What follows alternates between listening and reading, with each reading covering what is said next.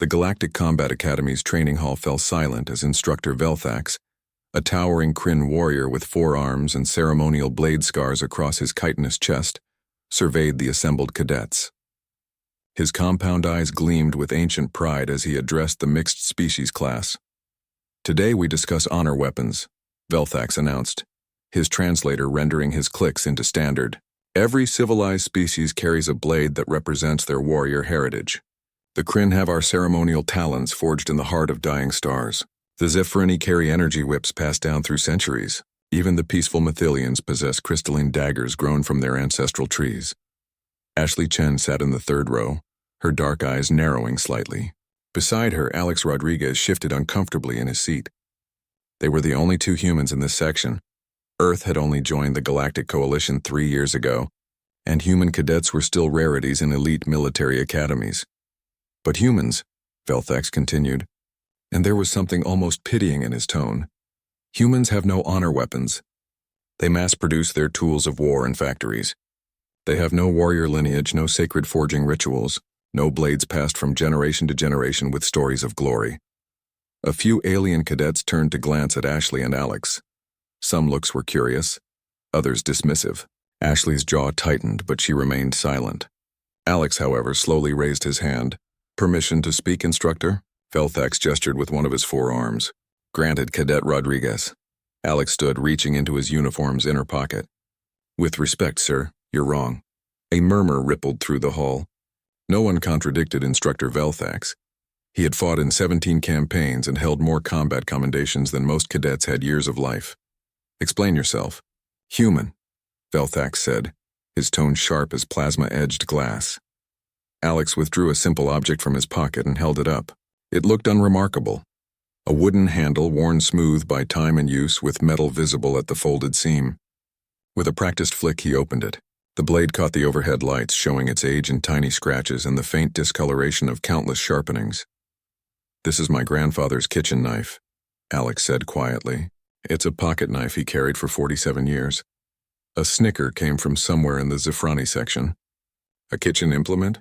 In a discussion of warrior weapons?" The audacity bordered on insult. But Alex continued, his voice steady. "My grandfather, Manuel Rodriguez, never fought in a war.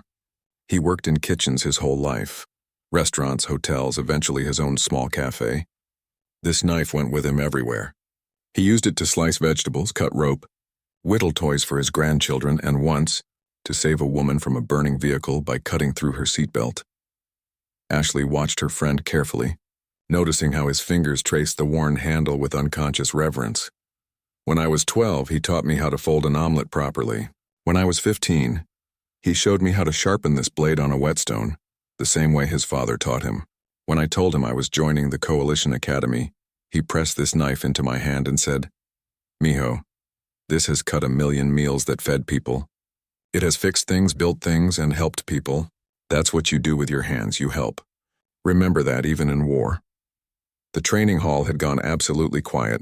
Even the dismissive chuckles had faded. "My grandfather died 2 years ago," Alex continued. "He never wore a uniform or fired a weapon, but he survived poverty. Raised 6 children, built a business from nothing, and served his community for half a century. Every scratch on this blade is a memory. Every time it was sharpened was a lesson in patience and care. This isn't just a tool. It's a testament to endurance, service, and the kind of quiet strength that doesn't need validation from battlefields." He looked directly at Velthax. "Humans don't have one honor weapon, Instructor. We have millions. Every family has their own. Some are military. Service pistols, ceremonial swords, combat knives from old wars. But others are like this. Tools that represent generations of survival, hard work, and the refusal to give up even when life cuts deep." Ashley found herself smiling despite the tension in the room. She reached into her own pocket and withdrew a small flat case. Opening it revealed a tarnished silver compass. Its glass cracked but still functional. "My great-grandmother carried this across an ocean when she fled persecution," Ashley said, standing beside Alex.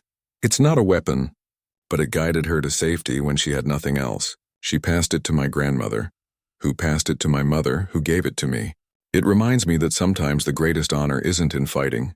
It's in surviving and finding your way home." in making sure the next generation has a better path. Velthax stared at the two humans, his multiple arms still. The training hall remained silent for a long moment.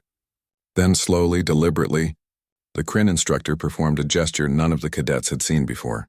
He crossed all four arms over his chest in what they would later learn was the Kryn sign of deep respect. "I stand corrected," Velthax said, his translator carrying an unusual weight of emotion. "The Kryn forge our blades in stars and sing songs of ancient battles. But perhaps we have forgotten that honor is not only written in combat, it is written in survival, in service, in the quiet passing of wisdom from one generation to the next." He approached Alex, examining the simple folded knife with new eyes. "May I?" Alex nodded, placing the knife carefully in one of Velthax's clawed hands. The instructor studied it. The worn handle, the honest blade, the simple mechanism that had lasted decades. "This has cut thousands of meals," Velthax said softly. "Fed countless people, taught lessons, saved a life." He returned the knife to Alex with unexpected gentleness. "I have carried my ceremonial talons into 17 battles. They have taken lives, won victories, earned scars. But they have never fed anyone. They have never built anything. They only destroy." He turned to address the entire class. "I have taught for 20 cycles that honor weapons must be forged for battle, blessed by warrior priests and stained with the blood of enemies. Today, 2 human cadets have taught me that I was looking at only half the truth. Honor is not only in how we fight, it is in what we fight for, what we preserve, and what we pass on." A Mathilian cadet tentatively raised a crystalline appendage. "Instructor, my family has a harvesting tool. It has been used for agriculture for 9 generations. I always thought it was too humble to mention." "Bring it to our next session," Velthax said firmly. "Let us all learn what true honor looks like across our species." As the class dispersed, Alex carefully folded the knife and returned it to his pocket. Ashley bumped his shoulder with hers. "Your grandfather would be proud," she said. "Yeah," Alex replied, his hand unconsciously touching the pocket where the knife rested. "He would be." Behind them, Instructor Velthax stood alone in the training hall, looking at his ceremonial talons with new eyes. Outside the windows, stars glittered against the black. The same stars that had forged Kryn weapons. The same stars that had guided desperate refugees across oceans. The same stars that now watched over humanity as they took their first steps into a larger galaxy.